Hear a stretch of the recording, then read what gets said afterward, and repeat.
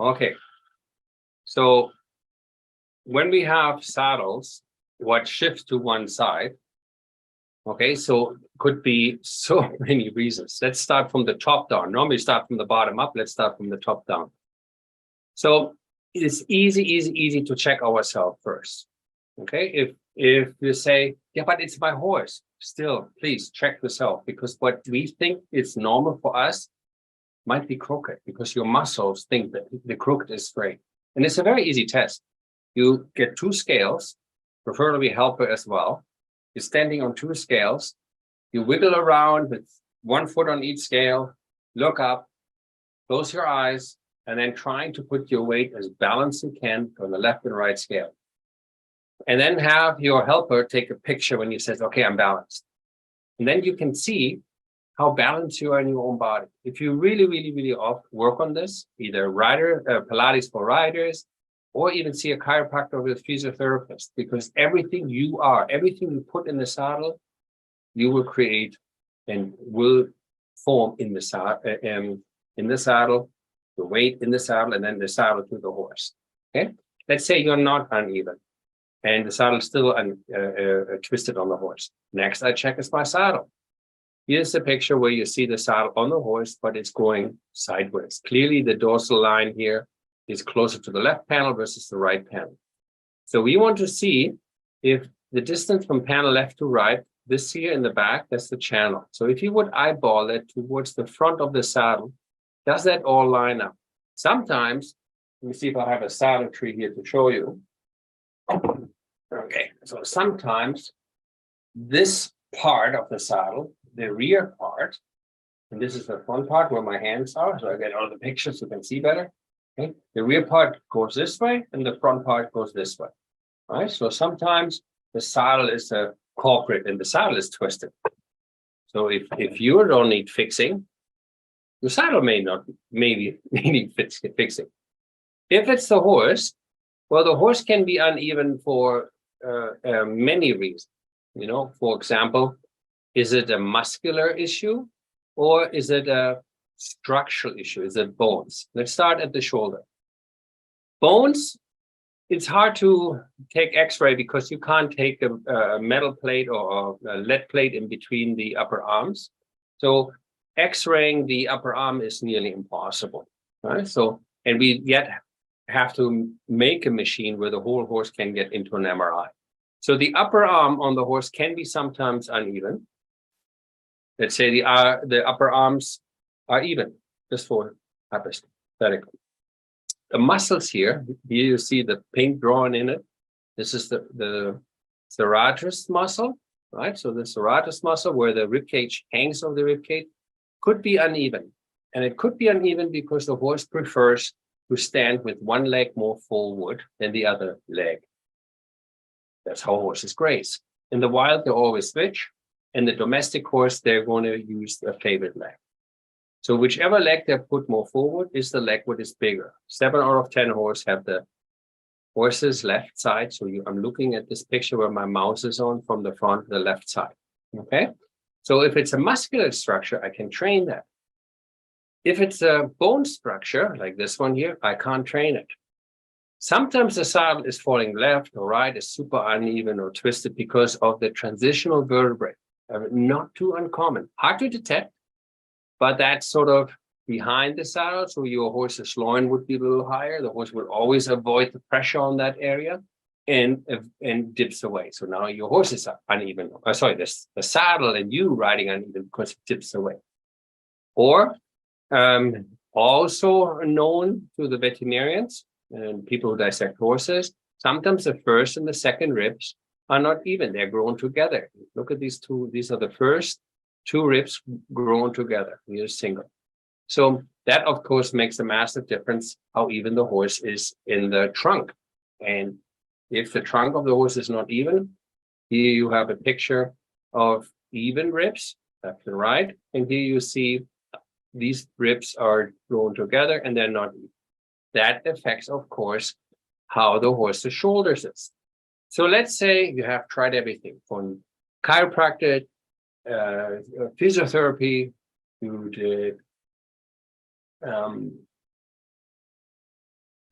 shoeing, teeth, training, you name it. And your horse is just what it is. It's not sore or it's not unsound. So the horse can work, but it's really, really hard to ride when you fall always to the right side. So how can I fit my saddle? The answer is, if the skeleton of the horse is not 100% symmetric, and you put the skeleton of the tree, most of the time it's 100% symmetric, on an unsymmetric horse, that symmetric skeleton, that saddle of the tree, sometimes reinforced with many, many metal pieces in the back, on the bottom, and on the top, okay? Very, very hard work to make this very symmetrical. That symmetrical tree will follow into the hollow side or twist or rotate. My recommendation, and it's kind of like over the time we evolve as humans, and we are now using telephones which are not connected to cords anymore. We use cell phones. And the same within the saddle industry. It doesn't have to be saddle trees from the 1700s. We have saddle trees which come in 6 pieces, very thin, very pliable material, very light, stronger than steel, but it will follow and move with the horses. So there are saddle trees where you can actually, I got one here, let me just get it out. Okay, where the rider, let me just put it in the light so you can see better. There is this piece here. Okay, so this piece gets taken out, and there's different they call them spaces. So these different spaces, what they do, they allow the horse to be wider on the side where the horse's shoulder is wider. That does not twist the tree. So here you can see a saddle tree where it is made out of one piece with the cantle. This is another piece. So there is multiple ways of making saddles today, because we, as horse experts, let it be the owner, let it be the saddle maker, let it be the trainer or the veterinarian or the physiotherapist, we know a little bit more now than we did in the past due to the amazing diagnostic tools we have to our fingertips. We even have laser cameras where it measures the horses in movements. And if we claim we can make a horse straight through shoeing, through chiropractic, through training, and we do whatever we can, but the horse is not getting straight, it is what it is. Like I said, it's a structural thing, okay? You cannot rebend the trunk of the tree when it's fully grown. That's the size of the trunk. The trunk, or in this case, the upper arm, the ribs, or the transitional vertebra, it is what it is. So it's a great horse. How do I fit it? I strongly recommend to go with an adapt tree. An adapt tree is a tree which we at Schleese only use. I have discontinued the wood tree, the plastic trees for over 30 years now, because very quick I noticed if my business is not sustainable, if I can't provide a product where I can give my customer ongoing service so the saddle fits. Every time the horse changes and I have a plastic tree, carbon fiber tree, what else is out there? Wood tree. I got to look customer in the eyes and either lie or just stop a little, pretend I fit the saddle, or say to him, you need a new horse or you need another new saddle. So of course I wanted to have the customers recommend me. So I switched over 30 years to the modern tree. Let's say you don't have the money or the means to get another saddle. Okay? It does not have to be always new. There's tons of very, very good used saddles for very inexpensive money with adapt trees. So my recommendation, get a saddle, new or used, but has an adapt tree, so it can adapt the shape of the horse. If it's a permanent shape, or is it a training shape, have that saddle tree sit straight. This is a ticking time bomb. Okay? You cannot train your horse or ride your horse with the saddle that's twisting. It puts massive amount of pressure to the spine. And with this constant pressure to the spine, it causes deformity. And this deformity, how do we see it? We see it in thermography. We see it in kissing spine. We see massive problem on the SI joint because that's where the spine hangs. You stand behind the horse and the horse gets this scoliosis.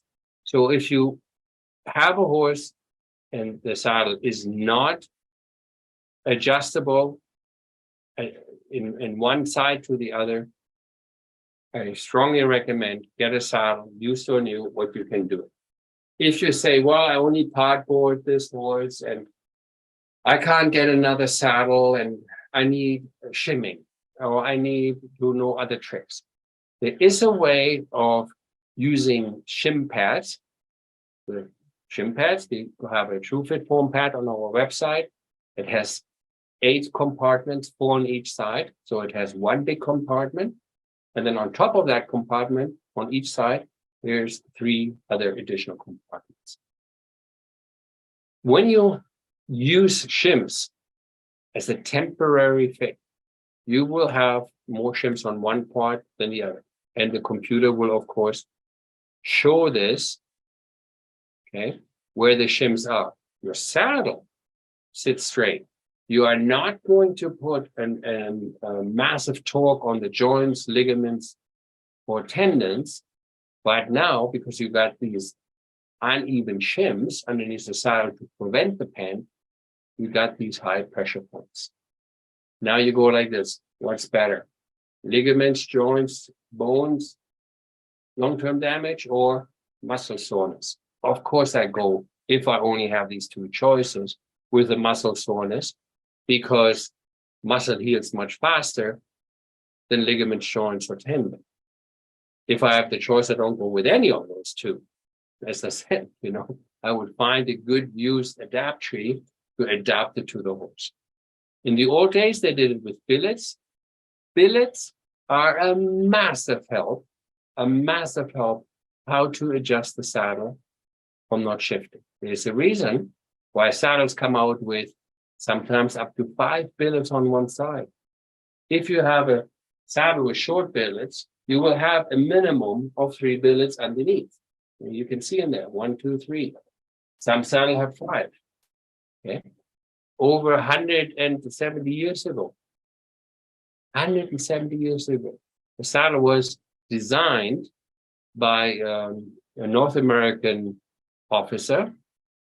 It was a colonel, and he made the saddle called the McClellan. And he had the rigging system independent from the left to right side. So wherever the mane of the horse's voice is most of the time the hollow side of the shoulder, he put the rigging 1 inch forward. So with your billets, you can do the same thing. If the mane is on the right, use the first 2 billets on the right. If the mane is on the left, use the first 2 billets on the left. And of course, opposite on the opposite side. So the rear 2 billets on the side where the mane is going to. Okay. But if I have a Western saddle, many Western saddle, that's why we do our Western saddles. You see the Sheridan back there has 2 D-rings, specific for that reason. These D-rings here, there's the purpose. The mane goes forward on the left, I use this. The mane goes forward on the right, I use this. And of course, opposite on the other side.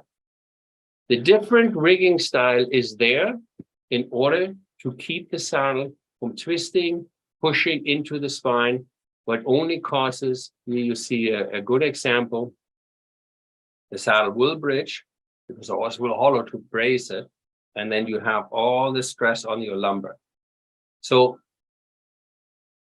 rigging helps a lot. If you have dressage saddle with long billets, you can, we have on our YouTube channels, a couple of ways how you can check it out, how to do it.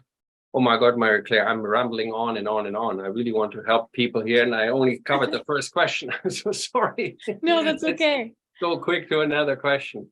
Okay. The next one is actually quite a big question too, so I can imagine it's going to be hard to answer.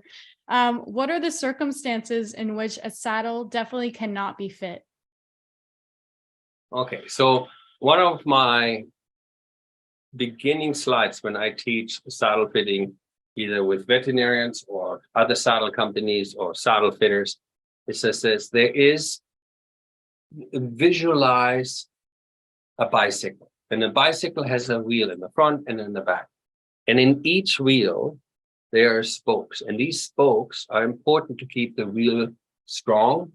And when the bicycle rolls, round and solid. Now, if you cut one spoke of those wheels, eventually the wheel becomes oval. If you cut more than one spoke of that, becomes very uneven. You can't even drive the bicycle anymore. So each spoke is important to the wheel. If I compare that to the horse needs a whole bunch of professionals around them in order to stay healthy in an environment which is not natural. When we take horses out of the wild, it is our duty as horse people to feed them, take care of them, and make sure they don't have psychological or physical damage. Okay, so there's an old saying: it takes a village to raise a child. I always say it takes an army to keep a horse sound. So the rider needs to be fit. Okay? Riding is a sport. It is what it is. In the old days, you've been say, "Oh, I want to be in the cavalry." No, you wouldn't have been selected. If you're fit enough and not too tall, too heavy. I'm 6'3", 205 pounds. I'm too heavy. Too tall, too heavy. So riding is a sport, and you got to fit your right size horse for your size. Trainers, there's a huge difference in opinion, even though it's written for black and white over 2,400 years, how the horse function and stays sustainable if you train them. In other words, if I summarize it, get the weight off the forehead. Yet sometimes people, no pun intended, trying to reinvent the wheel. So the trainer is very important. Is the horse trained properly?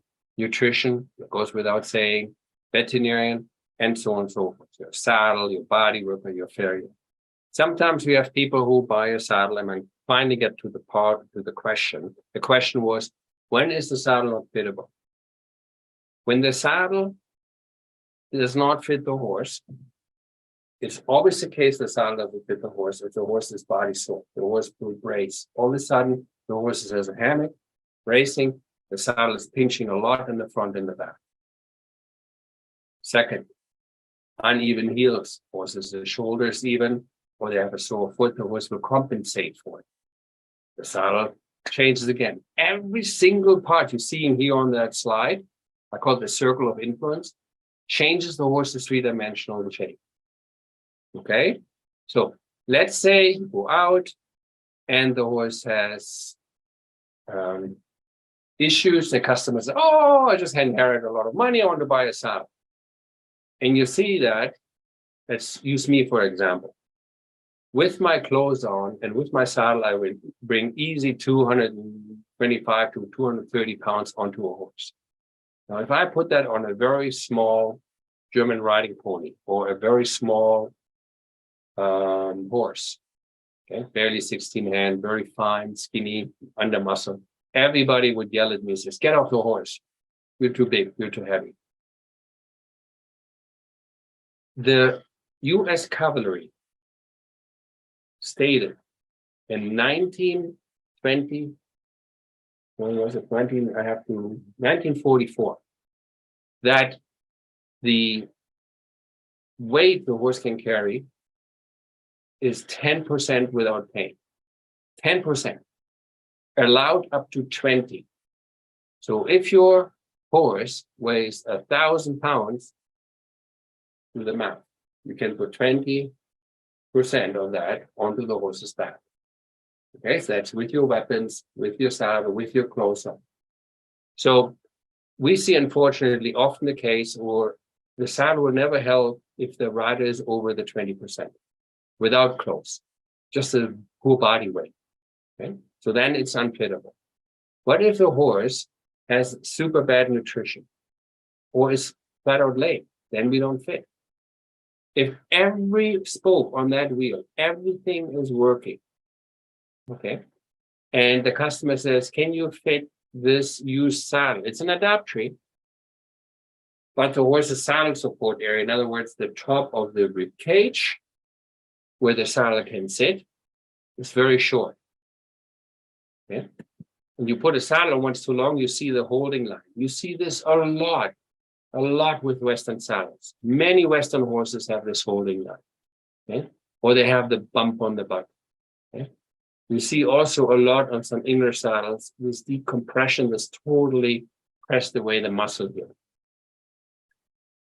If the saddle doesn't fit on the area the horse is born with, we call it the saddle support area.